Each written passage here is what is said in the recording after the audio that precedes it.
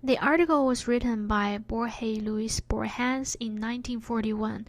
The author is regarded as an innovative and creative writer, and some of his other works include The Lottery in Babylon, Pierre Minard, author of The Quixote, The Circular Runes, The Library of Babel, Funeste Memoirs, The Sect of the Phoenix, among other famous books and poems. His work revolved around fiction, which included essays, poems, and short stories. What makes the article important in media studies is because of the nonlinear technique used in his stories. The nonlinear technique applied by Borges is a method of storytelling that branches into a number of paths, and each path leads to a unique ending. This is a common method in digital media. For instance, when reading a story on a digital platform, authors include much hypertext which directs the readers to another reading with a different ending. Of the Garden of Forking Paths by George Louis Borges. The story begins without the first 2 pages, yet we discovered that the story takes place around World War I. We learned that Victor Rudenberg, an associate of the protagonist, a Chinese man named Dr. Yusun, had been killed by Captain Richard Madden.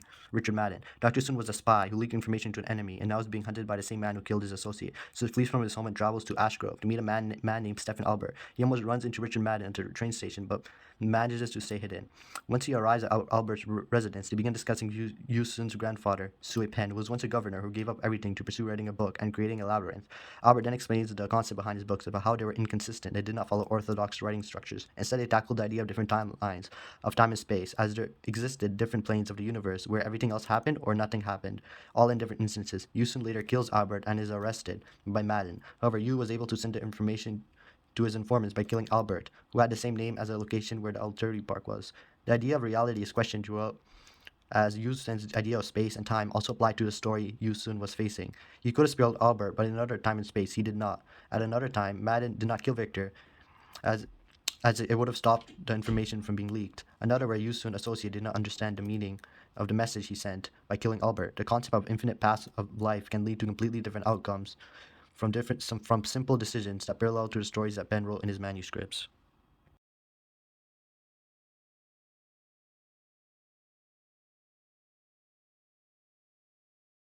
Borges uses the technique of nonlinear storytelling, which is still relevant in the media today.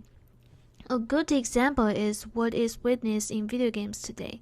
Most video games gives the player an opportunity to choose a path, and each always ends in a different destination from the other path.